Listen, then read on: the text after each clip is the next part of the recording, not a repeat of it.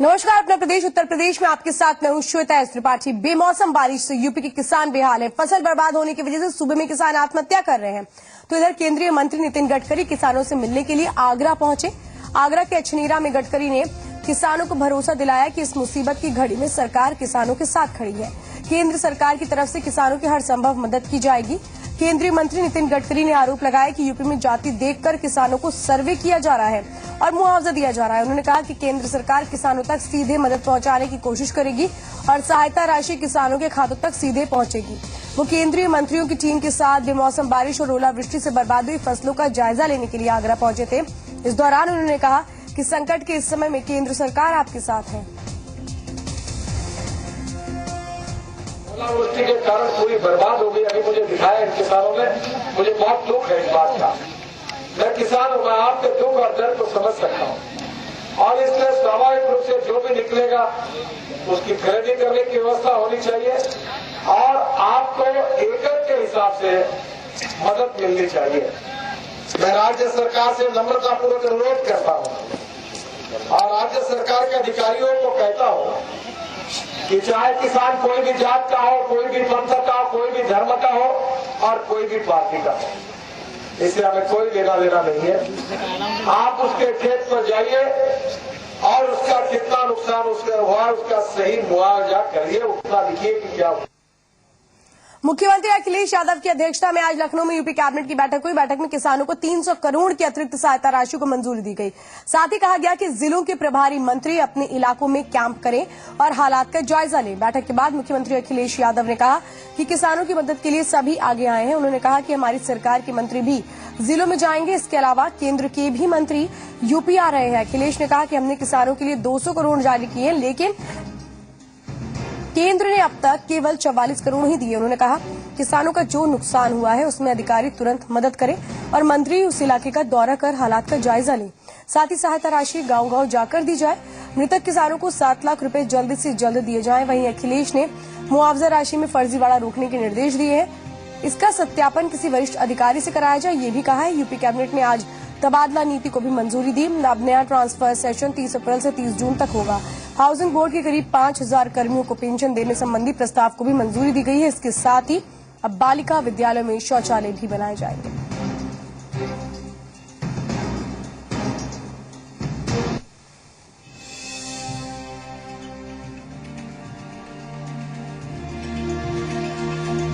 ओलावृष्टि से और इधर जो नुकसान हुआ है किसानों को, उस पर सरकार ने सभी जिलों में निर्देश भी दे दिए हैं कि अधिकारी जल्दी से जल्दी सर्वे करा करके और किसानों की जो क्षति हुई है, नुकसान हुआ है, उसमें मदद करें। और वहीं जो प्रभारी मंत्री हैं वो भी जिले में जाकर के और अपने माध्यम से भी जानकारी दें, जिससे कि ज्यादा से ज्यादा मदद किसानों की हो सके जब इतना बड़ा नुकसान किसानों का हुआ है। लखनऊ में मुख्यमंत्री अखिलेश यादव ने बहुप्रशिक्षित गोमती रिवर फ्रंट डेवलपमेंट योजना का शिलान्यास किया। मुख्यमंत्री अखिलेश यादव ने गोमती रिवर फ्रंट के लिए 656 करोड़ रुपए दिए हैं। गोमती नदी का सिल्ट निकालकर उसे और गहरा किया जाएगा। सीएम अखिलेश यादव ने कहा कि गोमती को निर्मल बनाने के लिए उसमें गिरने वाले गंदे नालों पर रोक लगाई जाएगी। सीएम अखिलेश यादव ने कहा कि सूबे के विकास के लिए नदियों का साफ सुथरा होना बेहद जरूरी है। जहां शहर साफ सुथरा होगा वहां नदियां भी साफ सुथरी होंगी। अखिलेश यादव ने एसपी सरकार से सूबे का विकास किया, सड़क पुल और सिंचाई की व्यवस्था को दुरुस्त किया गया है। खासकर किसानों के लिए एसपी सरकार ने सिंचाई की बेहतर सुविधाएं दी हैं। वहीं शिवपाल सिंह यादव ने कहा कि एसपी सरकार ने 1000 करोड़ रुपए की लागत से सिंचित भूमि का रकबा बढ़ाया है। शिवपाल यादव ने कहा कि सरयू नहर परियोजना में काम ठीक नहीं हुआ। पिछले 25 साल में 2844 करोड़ रुपए करने के बावजूद भी किसानों को लाभ नहीं हुआ था, लेकिन एसपी सरकार ने 1000 करोड़ लगाकर सिंचित भूमि का रकबा बढ़ाया, जिससे किसानों को फायदा हुआ।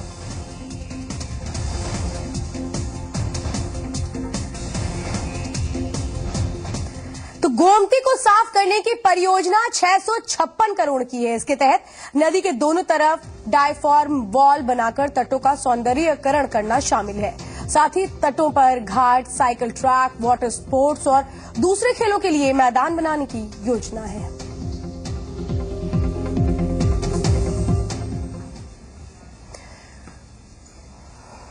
मुख्यमंत्री अखिलेश यादव ने कहा है कि अब ये तय करना होगा कि कोई भी नाला गोमती को गंदा ना करे।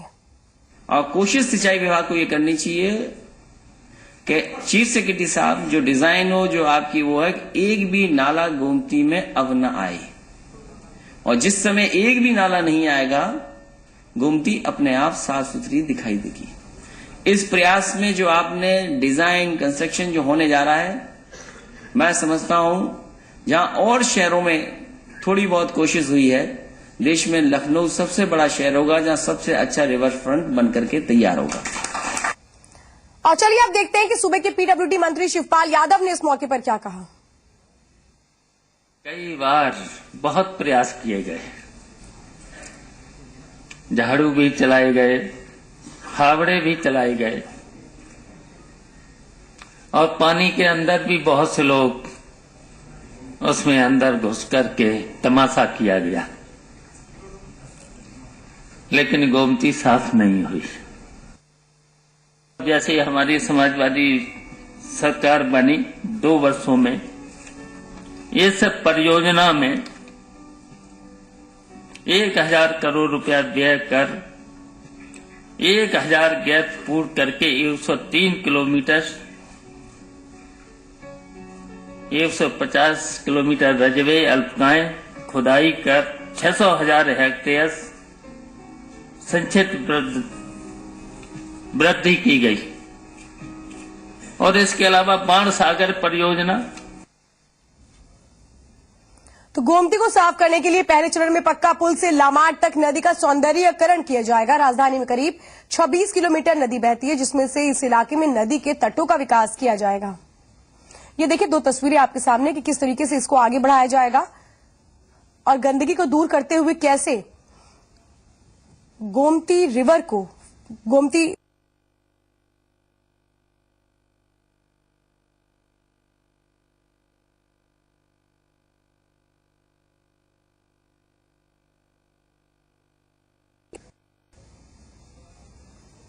आज वर्ल्ड हेल्थ डे है, लेकिन हाल के दिनों में सामने आई रिपोर्ट्स आपकी अच्छी सेहत की गवाही नहीं देते।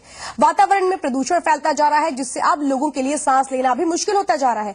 तो यूपी के अलग अलग शहरों से जी मीडिया संवाददाताओं की ये खास रिपोर्ट देखते हैं और हकीकत जानते हैं कि आखिर आप कहते हैं आपकी सेहत अच्छी है, लेकिन जब भी घर के बाहर निकलते हैं तो किस तरीके से आपकी सेहत पर बुरा असर पड़ता है। इसी की एक रिपोर्ट देखते हैं। वर्ल्ड हेल्थ डे पर दुनिया भर में स्वस्थ रहने को लेकर बातें हो रही हैं और स्वस्थ रहने के लिए बहुत जरूरी है कि हमारे आसपास का माहौल भी साफ सुथरा हो। लेकिन जब हम जमीनी हकीकत देखते हैं तो वो बहुत अलग नजर आती है। लखनऊ में हम हैं और पुराने लखनऊ का जो इलाका है वो खास तौर से जो पुरानी इमारतें हैं उनके संरक्षण के लिए भी जाना जाता है, क्योंकि आजकल जो काम प्रशासन की तरफ से हो रहा है वो हेरिटेज जोन को डेवलप करने के लिए हो रहा है। ये जो आप तस्वीर देख रहे हैं हमारे कैमरे के जरिए, ये एक खुली नाली है जो कि हेरिटेज वॉक का जो रास्ता है उसके लिए बनाई गई है। और इसी नाली के नीचे से कह सकते हैं कि जो पाइपलाइन गई हुई है वाटर सप्लाई की वो भी है, टेलीफोन लाइंस भी हैं। तो कभी कभी इस तरह की भी दिक्कतें आती हैं। कूड़े का अंबार यहाँ पर है और ये तब है जब ये पूरा क्षेत्र हेरिटेज जोन में आता है, हेरिटेज वॉक का ये पूरा रास्ता है और इस तरह का अंबार यहाँ पर लगा हुआ है। वाराणसी में हम हैं, प्रधानमंत्री का संसदीय क्षेत्र है और यहाँ भी बाकी शहरों की तरह जो एयर पॉल्यूशन है वो लगातार बढ़ते जा रहा है। बढ़ते ट्रैफिक की वजह से भी और कंस्ट्रक्शन वर्क की वजह से भी लगातार जो हवा में प्रदूषण है वो बढ़ते जा रहा है। और स्थिति यह है कि लंग्स, हार्ट और जो प्रदूषण की वजह से कई बीमारियां जो हैं वो बढ़ते जा रही हैं। धूल और धुएं का गुबार शायद कानपुर की पहचान बन चुका है और यही वजह है कि WHO की रिपोर्ट के मुताबिक कानपुर दुनिया का 9वां सबसे ज्यादा प्रदूषित शहर है और यहां पर सबसे ज्यादा एयर पोल्यूशन मिलता है, इसलिए क्योंकि ये इंडस्ट्रियल हब है और यहां की तमाम इंडस्ट्रियां, तमाम ट्रेनिंग इंडस्ट्रियां जो है और इसके साथ ही जो खुलेआम ग्लू फैक्ट्रियां चल रही हैं, ये सब मिलकर के यहां पर एयर पोल्यूशन को बेतहाशा बढ़ा रही हैं, जिसके चलते यहां पर जो राह में चलने वाले लोग हैं उनका दम घुटता है, उन्हें दिक्कतें होती हैं। उत्तर प्रदेश के चमचमाते शहर जैसा दिखने वाले नोएडा में एयर पोल्यूशन और वाटर पोल्यूशन की समस्या रुकने का नाम नहीं ले रही है। साल दर साल ये पोल्यूशन लगातार बढ़ता जा रहा है। आपको बता दें कि 13,000 करोड़ का बजट रखने वाली नोएडा प्राधिकरण भी पोल्यूशन पर रोकथाम नहीं कर पा रही है और पिछले 2013 से 2014 तक के आंकड़ों की अगर बात की जाए तो 4 गुना इजाफा एयर पोल्यूशन में हुआ है। वहीं दूसरी तरफ नोएडा में सप्लाई किए जाने वाले पानी की अगर बात की जाए तो लोगों का मानना ये है और देखा ये जाता है कि पानी को अगर किसी लोहे की चीज पर लगातार लोहे की चीज को धोया जाए तो लोहे तक को खराब कर देता है। उसके साथ साथ तमाम तरीके की बीमारियां नोएडा के पानी से होने सामने आई है। कैंसर जैसी बीमारियां होना सामने आई है। मैनपुरी में पुलिस ने फर्जी आईएएस को गिरफ्तार किया। ये शख्स बांदा के डीएम सुरेश कुमार के नाम पर ठगी करता था। खुद को यूपी कैडर का आईएएस बताकर चतुर्थ श्रेणी कर्मचारियों की बांदा में भर्ती कर नाम पर लाखों की ठगी करता था। गिरफ्तार शख्स जौनपुर का रहने वाला बताया जा रहा है। दरअसल एलाऊ थाना इलाके के रहने वाले प्रभुदयाल को इस शातिर ठग ने अपने जाल में फंसाया। प्रभुदयाल की माने तो सुरेश ने खुद को बांदा का डीएम बताया। आरोप है कि इस फर्जी आईएएस अधिकारी ने प्रभुदयाल को झांसा दिया कि बांदा में चतुर्थ श्रेणी कर्मचारियों की भर्ती निकली है। अगर किसी को भर्ती कराना है तो हर कैंडिडेट के 3-3 लाख रुपए लगेंगे। प्रभुदयाल की माने तो उसने 2 लोगों की भर्ती के लिए 2 लाख रुपए सुरेश के अकाउंट में जमा कराए, लेकिन जब बांदा में जाकर छानबीन की गई तो फर्जी आईएएस अधिकारी की ठगी का खुलासा हुआ। वहीं अब शातिर ठग पुलिस की गिरफ्त में है। पुलिस पता लगाने की कोशिश कर रही है कि फर्जी आईएएस अधिकारी नौकरी का झांसा देकर अब तक कितने लोगों को ठगी का शिकार बना चुका है।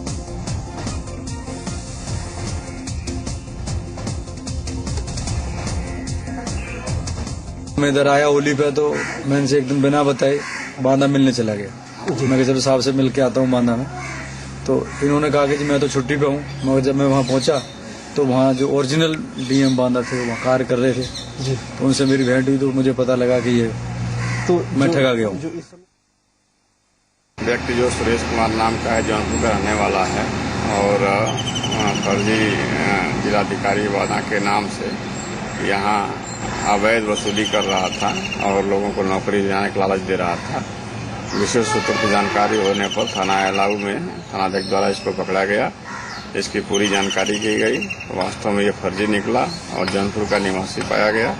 ये कई लोगों से नौकरी के नाम पर वसूली किया था। इसके विरुद्ध मुकदमा काम करके इसके विधिक कार्रवाई करते हुए न्यायालय के माध्यम से जेल जा रहा है।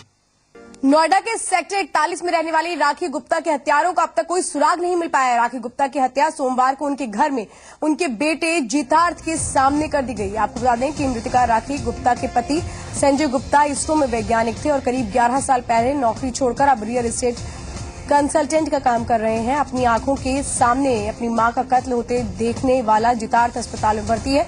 14 महीने पहले गोवा में हुए एक एक्सीडेंट के बाद जीतार्थ के कई अंग पैरालिसिस हो गया था उसे, जिसके बाद वो कोमा में चला गया था और उसी की देखभाल के लिए राखी ने 2 मेल नर्स रखे थे, लेकिन उसे नहीं मालूम था कि उन्हीं मेल नर्स में एक सोनू उसकी हत्या कर देगा।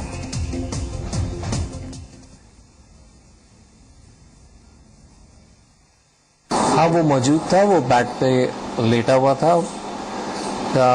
वो ज्यादा हिल डुल नहीं सकता लेकिन देख सकता है, देखता है, गर्दन वर्दन हिलाता है लेकिन हिलडुल नहीं सकता ज्यादा कि करवट वगैरह लेगा। तो ये नहीं पता, लेकिन जब हमने देखा तो वो जमीन पे पड़ा हुआ था नीचे, उसको भी चोट लगी। अभी वो अपने आप गिरा है, तब डांटा है उसको नर्स को तो उसने कर दिया खून, या पहले किया है बाद में उसने बच्चे ने देखा, हमें नहीं पता। और बच्चे के सामने हुई है लेकिन बच्चा बोल नहीं सकता अभी। फर्जी आईएएस बनकर एलबीएस एकेडमी में रहने वाली रूबी चौधरी को लेकर आज देहरादून से एसआईटी की टीम मेरठ पहुंची। एसआईटी की टीम ने मेरठ की गंगा सागर कॉलोनी में स्थित F83 मकान में छानबीन की। ये घर रूबी के पति के भाई करणपाल का है। शादी के बाद रूबी इस मकान में आईएएस अधिकारी के रूप में रह रही थी। एसआईटी की टीम ने मकान में घंटों जांच पड़ताल की। हालांकि एसआईटी ने किसी भी सदस्य ने मीडिया से कोई बात नहीं की। बताया जा रहा है कि जांच टीम यहां से कई दस्तावेज अपने साथ लेकर गई है, लेकिन वो क्या दस्तावेज है अभी तक खुलकर सामने नहीं आ पाया। हालांकि करणपाल से भी पूछताछ की गई थी जब आज एसआईटी की टीम पहुंची थी मेरठ। तो आपको बता दें कि इसके पहले आई कार्ड मिला है। अब लैपटॉप की तलाश की जा रही है रूबी के, ताकि कहां से कैसे किन किन लोगों के कॉन्टैक्ट में वो आई है इसका खुलकर पर्दाफाश हो सके।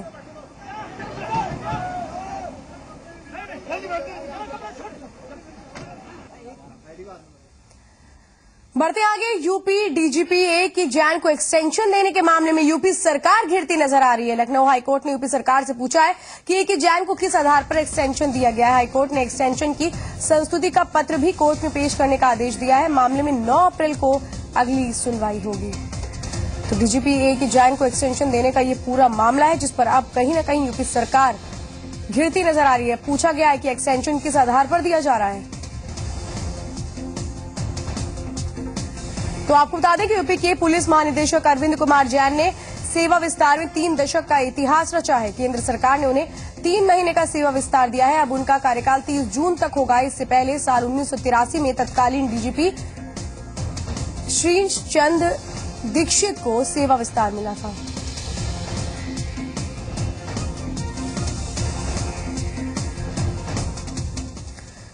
यूपी पीसीएस पेपर लीक मामले में इलाहाबाद में प्रदर्शन कर रहे बीजेपी कार्यकर्ताओं पर पुलिस ने हल्का बल प्रयोग किया। पीसीएस परीक्षा को रद्द करने और आयोग के अध्यक्ष अनिल यादव की बर्खास्तगी की मांग को लेकर बड़ी संख्या में बीजेपी कार्यकर्ता लोक सेवा आयोग के दफ्तर पर जमा हुए और गेट पर तालाबंदी की। जैसे ही कार्यकर्ताओं ने वहां पर नारेबाजी करना शुरू किया, मौके पर मौजूद पुलिस ने उन पर हल्का लाठीचार्ज किया और इस घटना में कई कार्यकर्ता घायल हो गए।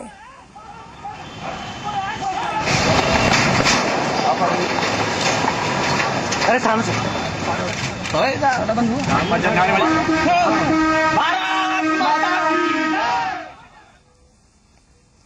यूपी पीसीएस पेपर लीक मामले की जांच को लेकर प्रतियोगी छात्रों ने अपना विरोध तेज कर दिया है। कानूनी लड़ाई के साथ साथ छात्र अब आंदोलन के रास्ते पर भी उतर आए हैं। पीसीएस 2015 की परीक्षा दोबारा कराने और पिछले 3 सालों की पीसीएस परीक्षाओं की सीबीआई जांच को लेकर छात्रों ने क्रमिक अनशन शुरू कर दिया है। छात्रों ने बीजेपी नेता सिद्धार्थनाथ सिंह से मिलने के बाद चेतावनी दी है कि अगर 15 दिनों के अंदर केंद्र सरकार ने सीबीआई जांच की प्रक्रिया नहीं शुरू की तो प्रतियोगी छात्र बीजेपी कार्यालय के सामने सामूहिक आत्मदाह कर लेंगे। इस बीच कांग्रेस नेता रीता जोशी अनशन पर बैठे छात्रों से मुलाकात कर उन्हें सहयोग का भरोसा देने के लिए पहुंचे। और चलिए अब रुक करते कुछ खबरों का खबर एक नजर में। मेरठ के ब्रह्मपुरी थाना इलाके की ईरा गार्डन कॉलोनी में पति पत्नी की धारदार हथियार से हत्या कर दी गई। मृतक महिला का नाम है ललिता शर्मा, जो पेशे से लोकगीत गायिका है। ललिता अपने पति मोनू और 8 साल के बेटे अयान के साथ रहती थी। लूट और हत्या की इस वारदात में घर के नौकर के शामिल होने का शक जताया जा रहा है।